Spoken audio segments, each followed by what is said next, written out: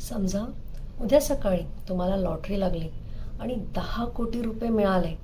What will you do? तुम्ही खुश व्हाल, बरोबर? बट लेट्स बी ऑनेस्ट, 2 महिन्यांनी तुम्ही म्हणाल यार 10च कोटी मिळाले, शेजारच्याला तर 15 कोटी मिळाले होते. आपल्याला कितीही मिळालं तरी आपण नेहमी काय नाही आहे याच्या मागे धावत असतो. नमस्कार, मी नमिता खोतकर तुमचं सगळ्यांचं मनापासून स्वागत करते माझ्या चॅनल गोल्डन युनिवर्सवर. जर तुम्हाला तुमच्या आयुष्यात अबंडन्स आणि सुख हवं असेल तर हा व्हिडिओ शेवटपर्यंत नक्की बघा. खरी जादू आपल्या भारतीय विचारस्मरणीत आणि अध्यात्मात आहे, जी आपल्याला थेट सुखाचा रस्ता दाखवते. And that path is the law of gratitude, म्हणजेच कृतज्ञता. जर तुम्ही तुमच्याकडे असलेल्या गोष्टीबद्दल आभारी नसाल तर तुम्हाला अजून कितीही मिळालं तर तुम्ही दुःखीच राहणार. ही गोष्ट तर आपण लहानपणापासून ऐकली आहे, श्रीकृष्ण आणि सुदामाची. आज आपण ती वेगळ्या दृष्टिकोनातून पाहणार आहोत की कृतज्ञता माणसाचं नशीब कसं बदलू शकते. आपण सगळ्यांनी कृष्ण आणि सुदामा यांची मैत्री ऐकली आहे. सुदामा प्रचंड गरीब होते. परिस्थिती इतकी बिकट होती की कधी कधी खायला नसायचं.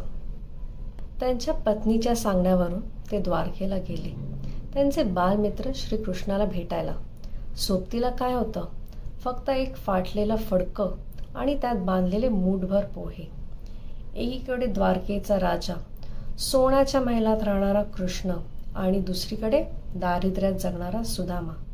जेव्हा सुदामा महलात पोहोचले, कृष्णाने त्यांचे पाय धुतले, मिठी मारली. पण खरी गंमत तर पुढे आहे.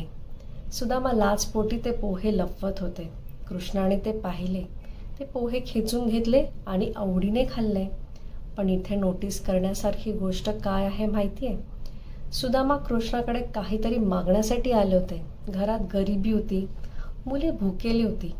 पण कृष्णासोबत उभे राहिल्यावर सुदामाच्या तोंडून एकही शब्द निघाला नाही.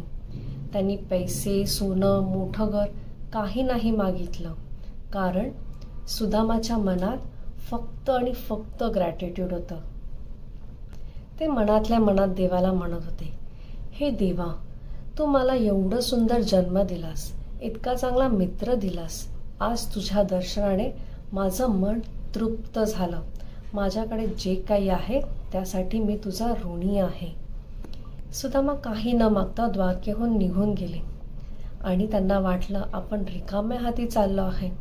पण जेव्हा ते गावी पोहोचले तेव्हा त्यांना दिसलं त्यांच्या झोपडीच्या जागी सोन्याचा महल उभा होता.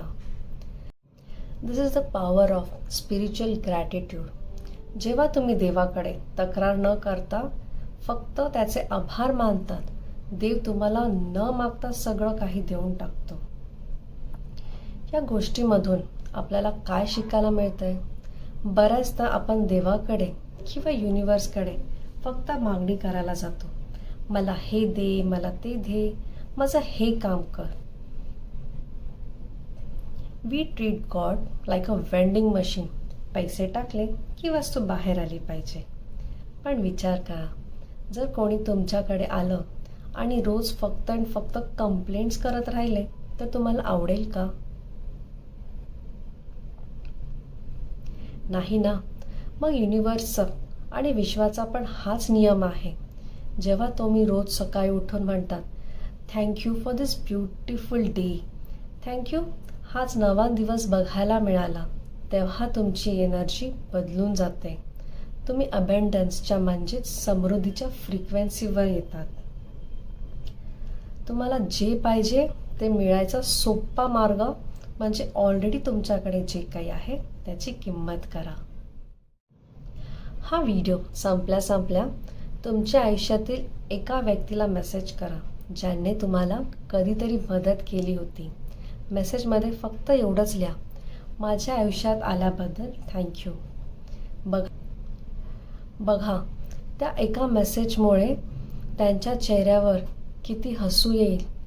कमेंट बॉक्समध्ये मला नक्की सांगा तुम्हाला हा नवीन दृष्टिकोन कसा वाटला. व्हिडिओ आवडला असेल तर तुमच्या फ्रेंड्ससोबत शेअर करा. पुढच्या व्हिडिओपर्यंत keep smiling, stay blessed. Thank you.